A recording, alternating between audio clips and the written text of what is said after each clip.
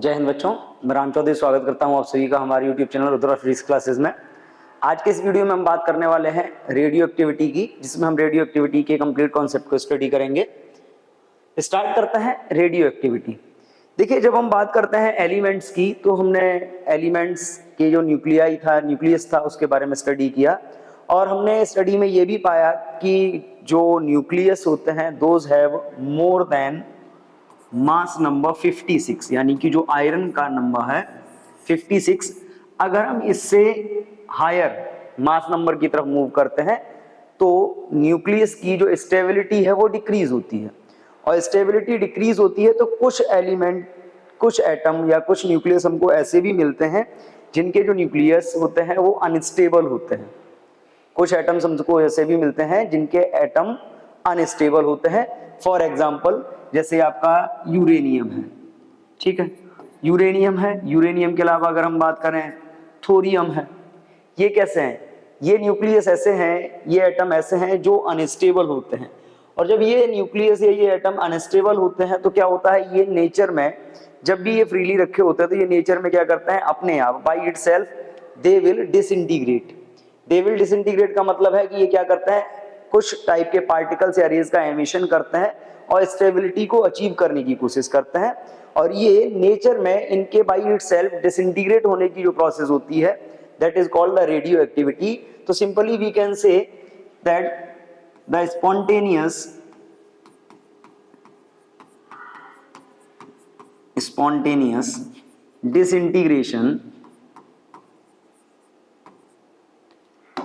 disintegration of nuclei of unstable atoms by emission of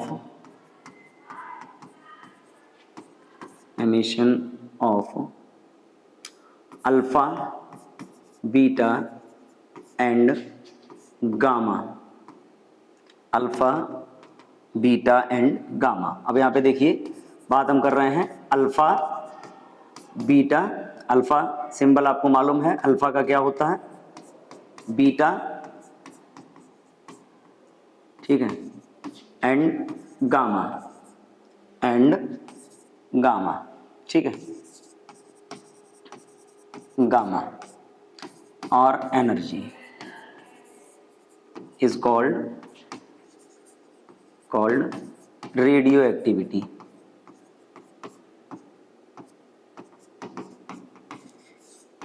यानी कि nature में जब भी कोई अनस्टेबल एटम का जो न्यूक्लियस होता है वो स्पॉन्टेनियसली डिसइंटीग्रेट होता है by the emission of alpha, beta और gamma particles, then it is called the radioactivity. अपने आप होता है, इसको हम रोक भी नहीं सकते क्योंकि ये अनस्टेबल है न्यूक्लियस इनके, और स्टेबिलिटी को अचीव करने के लिए वो क्या करता है, अल्फा, बीटा या गामा को रिलीज करने लगते हैं। इसी को बोला जाता है रेडियो एक्टिविटी। अब अगर हम रेडियो एक्टिविटी की बात करें तो जैसे बोला है कि स्पॉन्टेनियस, तो इसका एक एग्जांपल भी समझ लीजिए। जैसे यूरेनियम है 92, यूरेनियम 235 है। इसमें क्या होगा, ये अगर होगा तो ये क्या करेगा, एक अल्फा रिलीज करेगा। अल्फा रिलीज करेगा। आप देखिए, अल्फा जो होता है आपको मालूम है, अल्फा का वो हम कंसीडर करते हैं न्यूक्लियस ऑफ हीलियम, ठीक है, ये आपका अल्फा हो गया। अल्फा रिलीज करेगा, और अल्फा रिलीज करने के बाद इसके पास क्या बचेगा, 90 थोरियम 231। क्लियर है? अब 90 थोरियम 231 बचेगा। अब देखिए, ये भी जो आपको मिला है ये भी कैसा है, ये भी अनस्टेबल होता है। ये भी अनस्टेबल होगा तो ये क्या करेगा, ये भी एक बीटा को रिलीज करेगा। तो इस टाइप से जब भी किसी न्यूक्लियस से स्पॉन्टेनियसली अल्फा, बीटा या गामा पार्टिकल्स रिलीज होते हैं वो डिसइंटीग्रेट होता है, यानी कि दूसरे न्यूक्लियस में कन्वर्ट हो जाता है, और that is more stable as compare to the parent. जैसे इस रिएक्शन में हम बात करें तो ये क्या है, ये पेरेंट न्यूक्लियस है, ये डॉटर न्यूक्लियाई है। और एमिशन अल्फा, बीटा या गामा का जो एमिशन होता है रेडियो एक्टिविटी में, वो केवल क्या होता है कि ज्यादा स्टेबिलिटी को अचीव करने के लिए एटम ऐसा करता है, न्यूक्लियस ऐसा करता है। तो अगर हम बात करते हैं तो देखो यहाँ पर ये भी अनस्टेबल है, बाद में ये क्या करेगा, ये एक बीटा पार्टिकल को रिलीज करेगा, और जब ये बीटा पार्टिकल को रिलीज करेगा तो ये क्या होगा, जो आपको न्यूक्लियस मिलेगा वो इन दोनों के कंपैरिजन में ज्यादा स्टेबल होगा। तो कोई भी न्यूक्लियस जब अल्फा बीटा या गामा पार्टिकल्स का एमिशन करने लगता है, that process is called the radio activity. अब अगर हम रेडियो एक्टिविटी की बात करें तो देखिए रेडियो एक्टिविटी में जो डीके होता है, जो डिसइंटीग्रेशन होता है, ठीक है, डीके का मतलब एक सिंपल सी बात समझ लीजिए जिसको हम बोलते हैं डिसइंटीग्रेशन।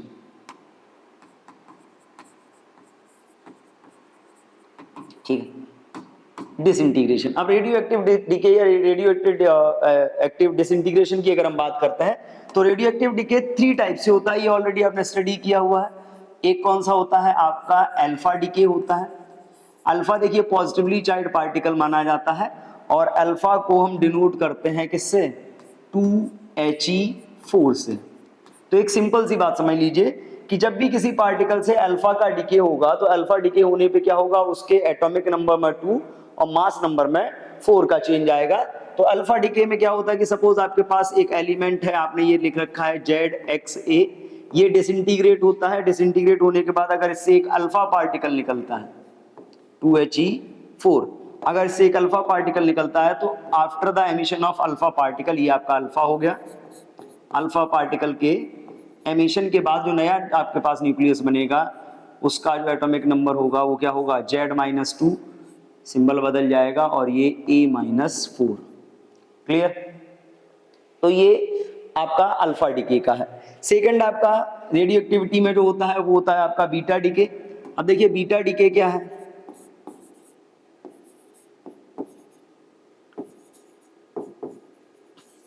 बीटा डीके, देखो बीटा डीके को लिखा जाता है -1 बीटा 0। तो -1 बीटा 0 होने का मतलब क्या है कि अगर किसी एलिमेंट से, जैसे आपको दिया गया है ये ZXA दिया गया है, ये डीके होता है और इससे एक बीटा निकलता है। अगर इससे एक बीटा निकलेगा तो एक बीटा निकलने पे क्या होगा, -1 बीटा 0, और जो आपका एलिमेंट होगा उसके एटॉमिक नंबर में 1 का इंक्रीमेंट हो जाएगा, और जो आपका मास नंबर है दैट रिमेन अनचेंज्ड। तो जब अल्फा डीके होता है तो एटॉमिक नंबर 2 लेस होता है, मास नंबर में 4 का लेस होता है। बीटा डीके में एटॉमिक नंबर 1 इंक्रीज होता है और मास नंबर में कोई चेंज नहीं आता। और थर्ड जो आपका होता है रेडियो एक्टिव डीके में, थर्ड डीके है वो है आपका गामा डीके।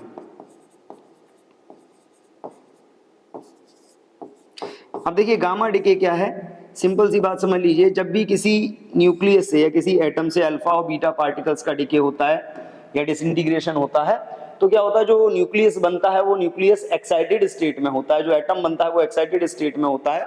तो उस एक्साइटेड स्टेट में एटम को उसकी ग्राउंड स्टेट में लाने के लिए जो एनर्जी है वो गामा रेडिएशन के फॉर्म में रिलीज होती है। एक्साइटेड स्टेट से ग्राउंड स्टेट में लाने के लिए जो एनर्जी होती है वो गामा रेडिएशन के फॉर्म में रिलीज होती है, इसको हम बोलते हैं गामा डीके। तो अब देखिए रेडियो एक्टिविटी में अल्फा डीके और बीटा डीके दो बहुत इंपॉर्टेंट हैं, जिनसे रिलेटेड काफी न्यूमेरिकल प्रॉब्लम्स भी आती हैं। जैसे अगर हम बात करें तो देखो अल्फा डीके से रिलेटेड एक क्वेश्चन, मोस्टली एक टाइप के क्वेश्चन जो पूछे जाते हैं, number of alpha particles emitted. किसी भी डीके का आपको इक्वेशन दिया जाएगा और आपसे पूछा जाएगा कि कितने number of alpha particle emit हुए हैं। तो number of alpha particle emitted का सीधा सा फॉर्मूला होता है number of alpha is equal change in mass number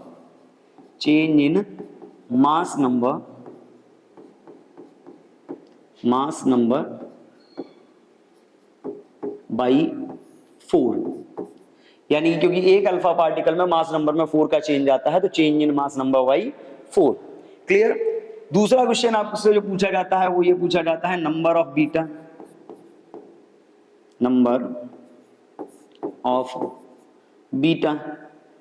अब देखिए नंबर ऑफ बीटा एमिटेड की अगर बात की जाए तो देखो बीटा पार्टिकल मास नंबर में तो कोई चेंज नहीं करता, बट एटॉमिक नंबर में चेंज करता है, 1 का इंक्रीमेंट होता है बीटा एमिट होने पे।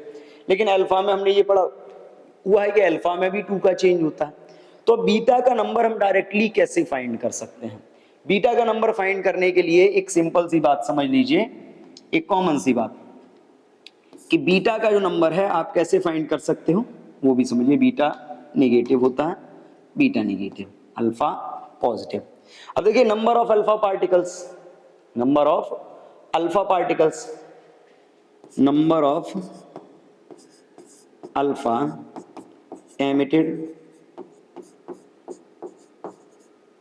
emitted multiplied by 2 minus change in atomic number। तो कोई भी इक्वेशन अगर आपको दी जाती है तो आप उसमें सबसे पहले क्या करेंगे, अल्फा पार्टिकल्स के नंबर को फाइंड करेंगे, then you will multiply the number of alpha particles emitted by 2 and then you will less the change in atomic number of that particle, that element, then you can find the number of beta particles। तो simple सा formula है, alpha decay की बात करते हैं या beta decay.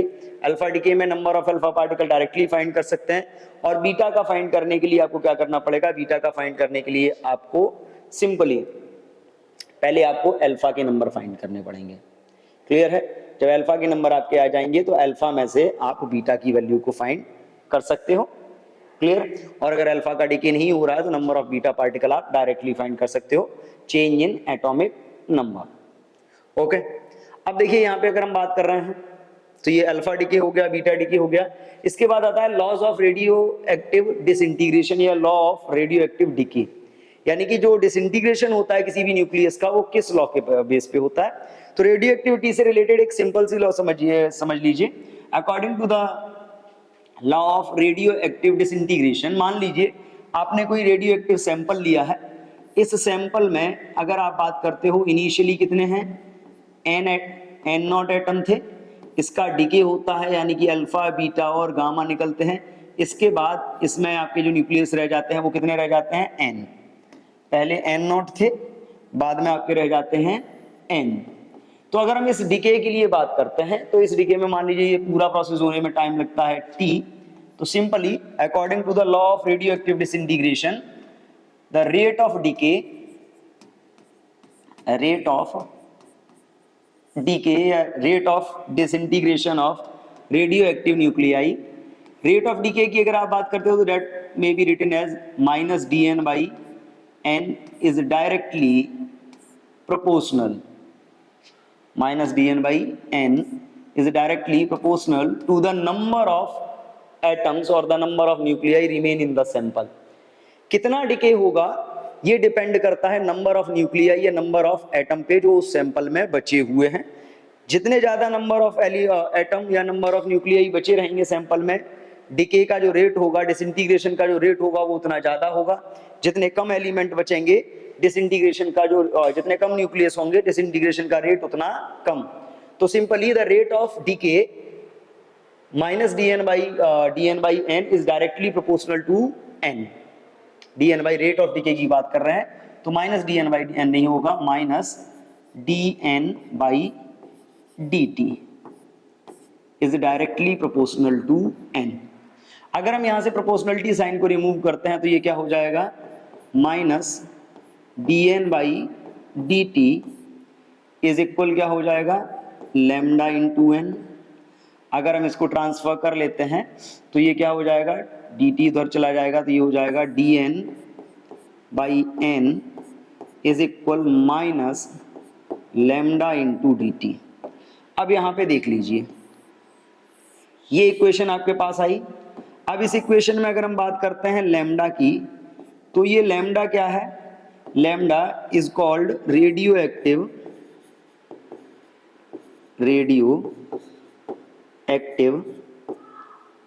Decay constant,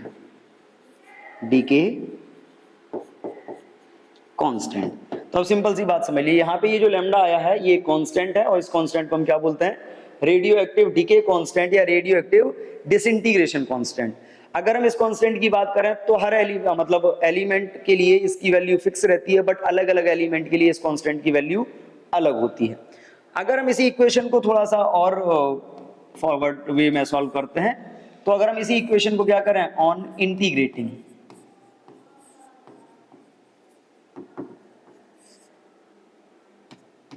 अगर हम इस इक्वेशन को इंटीग्रेट करते हैं तो इंटीग्रेट करने पे क्या होगा, integration dn by n is equal minus lambda into d t, ये भी इंटीग्रेट होगा आपका। क्लियर?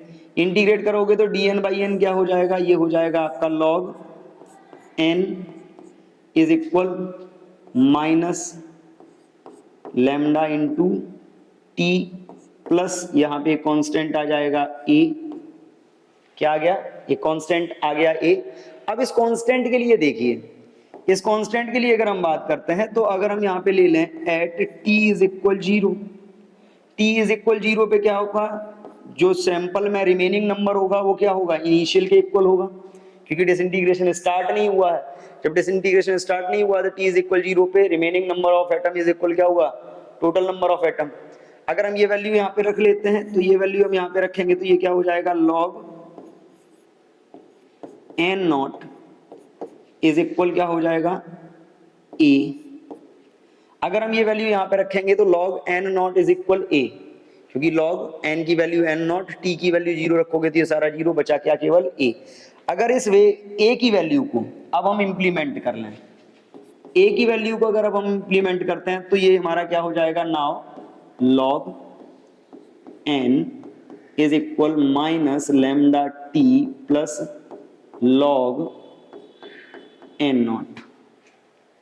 क्लियर है, माइनस log n नॉट। अगर हम log n नॉट को इधर लेके आए, चलिए हम इसको थोड़ा सा, हाँ ये हमारे पास लिखा हुआ है,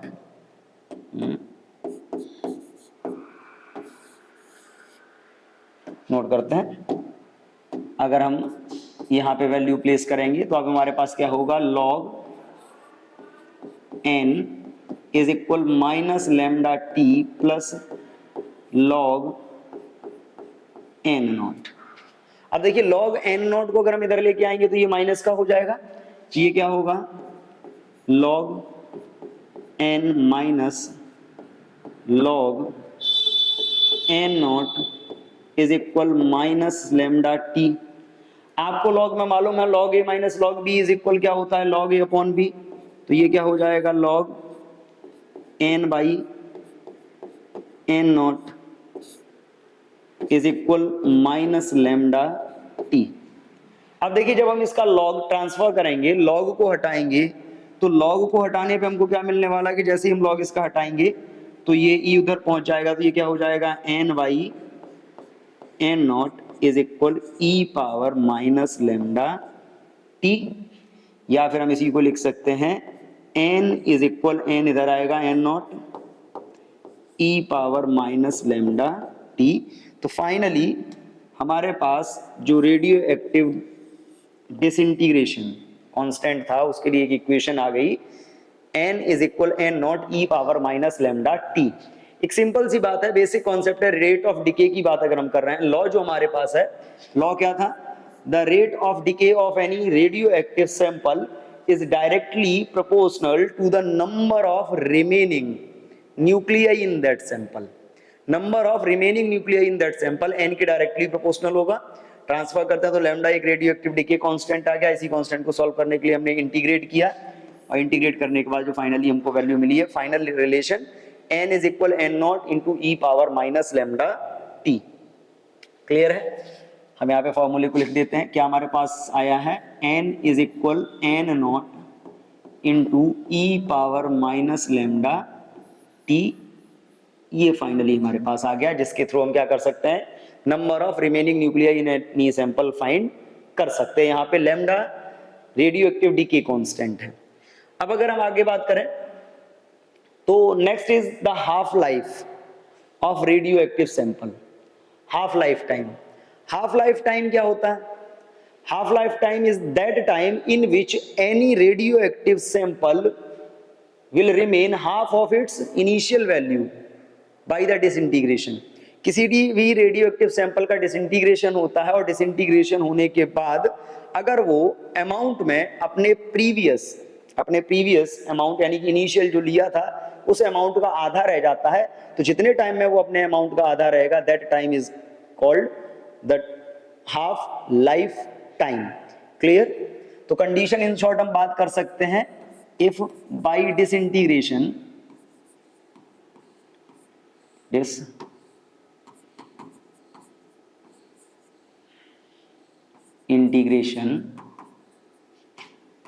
any sample, any radioactive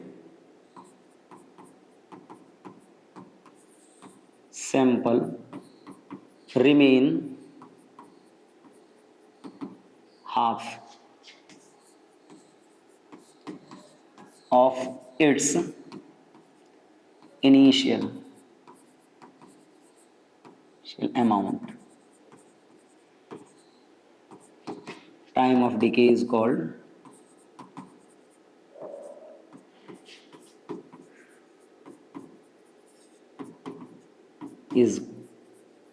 called half lifetime.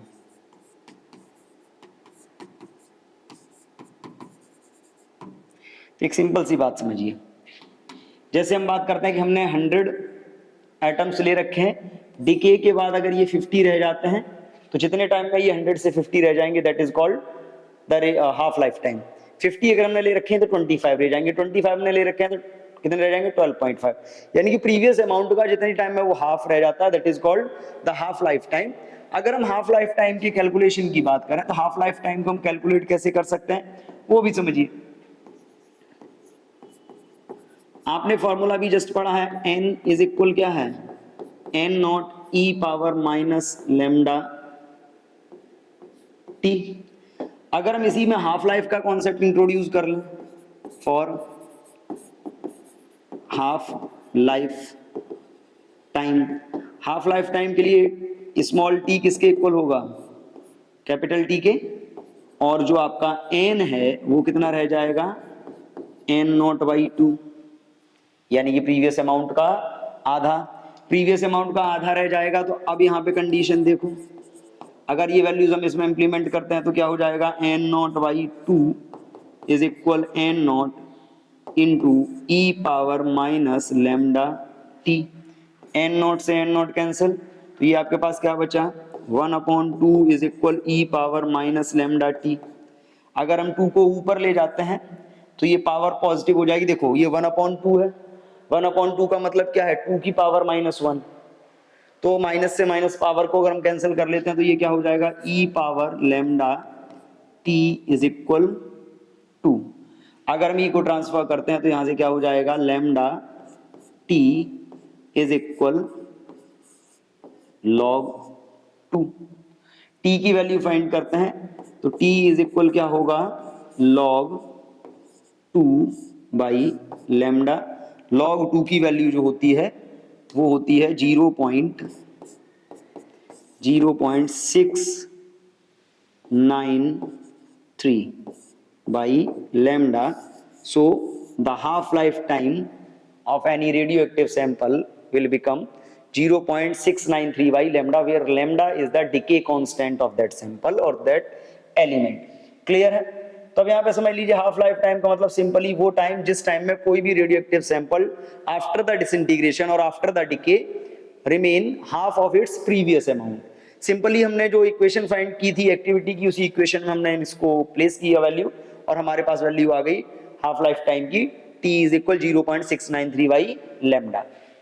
Simple सी बात है कि हाफ लाइफ टाइम में वो आधा रह जाता है अपने प्रीवियस अमाउंट का। ओके, हाफ लाइफ टाइम की बात करें तो रेडियोएक्टिविटी का नेक्स्ट जो आपका है वो होता है mean life time of any radioactive element. अब देखिए मीन लाइफ टाइम क्या होता है, मीन लाइफ टाइम की अगर बात की जाए तो हम बोल सकते हैं it is reciprocal, it is reciprocal of decay constant, decay constant क्या है, ये decay constant का रेसिप्रोकल होता है। तो अगर हम decay constant की बात करते हैं तो decay constant के रेसिप्रोकल होने का मतलब है कि अगर हम इसकी बात करें तो मीन लाइफ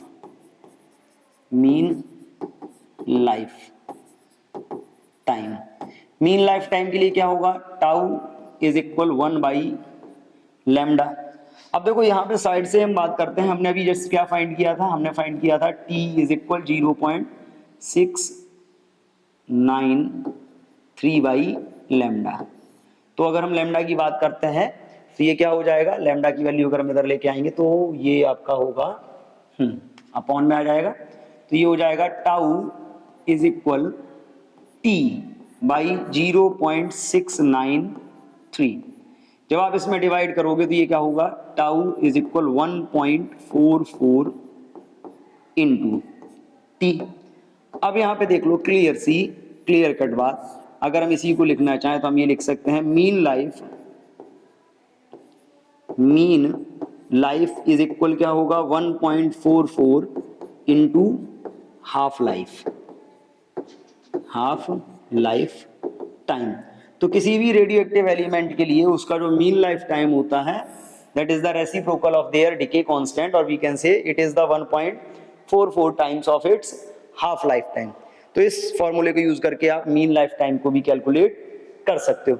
बड़े इजी और छोटे छोटे कॉन्सेप्ट हैं रेडियो एक्टिविटी में, जिसमें हमको ज्यादा कुछ करना नहीं होता। Next is the activity of radio active substance. Activity क्या होती है, एक्टिविटी की अगर हम बात करें तो एक्टिविटी को हम ये लिख सकते हैं, एक्टिविटी का मतलब होता है number of atoms disintegrated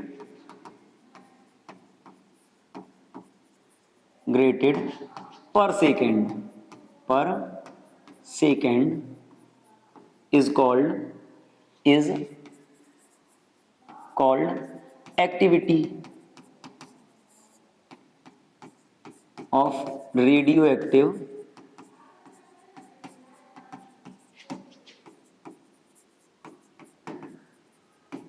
clear. अब देखो नंबर ऑफ एटम्स डिसइंटीग्रेटेड पर सेकेंड, इस हिसाब से अगर हम बात करें तो जो एक्टिविटी होगी, एक्टिविटी जो होती है हम R से डिनोट करते हैं, that is directly proportional to N।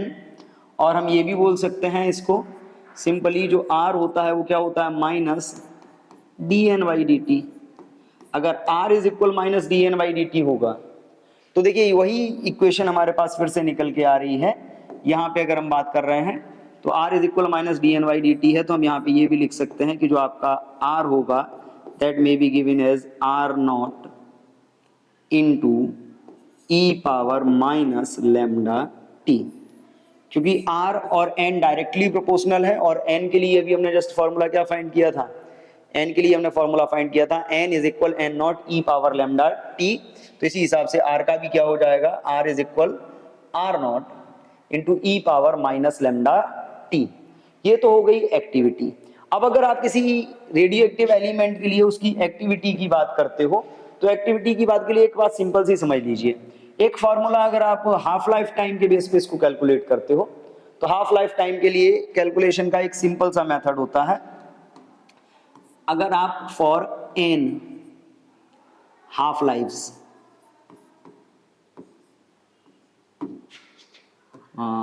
Simple सी बात, आफ्टर की बात हम लिख लेते हैं, after nth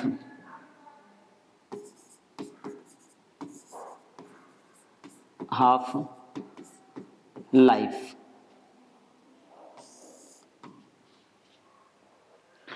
after nth half life अगर आप बात करते हो तो n हाफ लाइफ के बाद आपके पास जो फॉर्मूला होगा वो क्या होगा, n is equal n0 into 1/2 power n। ठीक है, या nth हाफ लाइफ के बाद आप ये लिख सकते हो r is equal R0 1/2 power n। n half life के बाद कितने एलिमेंट, कितने नंबर ऑफ न्यूक्लियाई से रह जाएंगे, रिमेन रह जाएंगे, या कितनी उसकी एक्टिविटी होगी, उसको फाइंड करने के लिए हमारे पास ये रिलेशन भी है।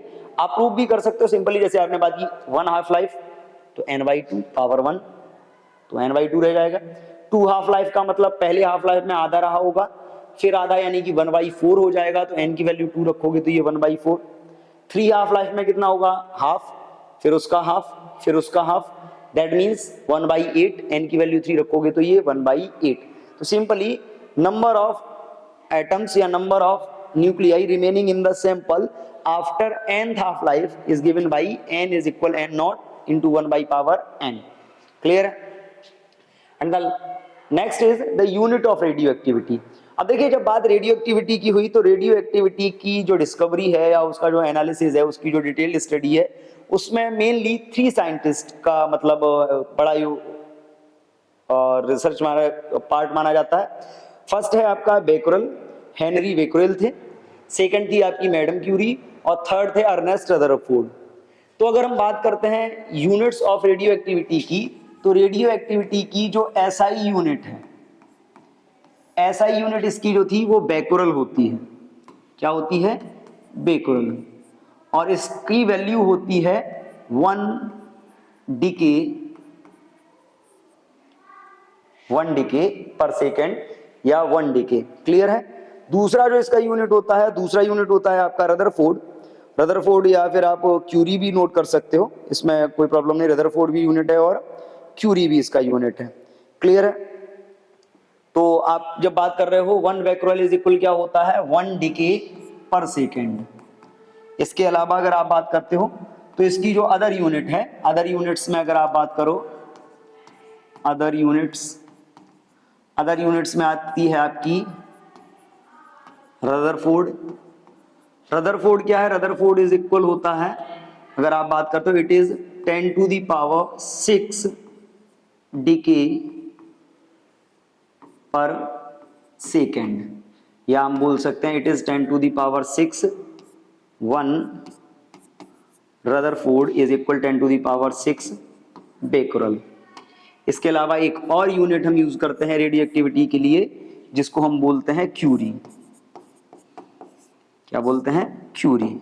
और जो आपका 1 क्यूरी होता है, 1 क्यूरी दैट इज इक्वल होता है 3.7 into 10 to the power, rutherford होता है 10 टू दी पावर 10, ना 6 ही होता है, ये होता है 10 to the power 10 becquerel. Clear है? तो ये यूनिट्स हैं रेडियो एक्टिविटी के। तो आज हमने रेडियो एक्टिविटी के बारे में, रेडियो एक्टिविटी के disintegration constant, law of radio activity के मीन लाइफ टाइम और हाफ लाइफ टाइम के बारे में स्टडी किया। आज की वीडियो में इतना ही, मिलते हैं नेक्स्ट वीडियो में नेक्स्ट चैप्टर के साथ। तब तक के लिए थैंक यू एंड जय हिंद।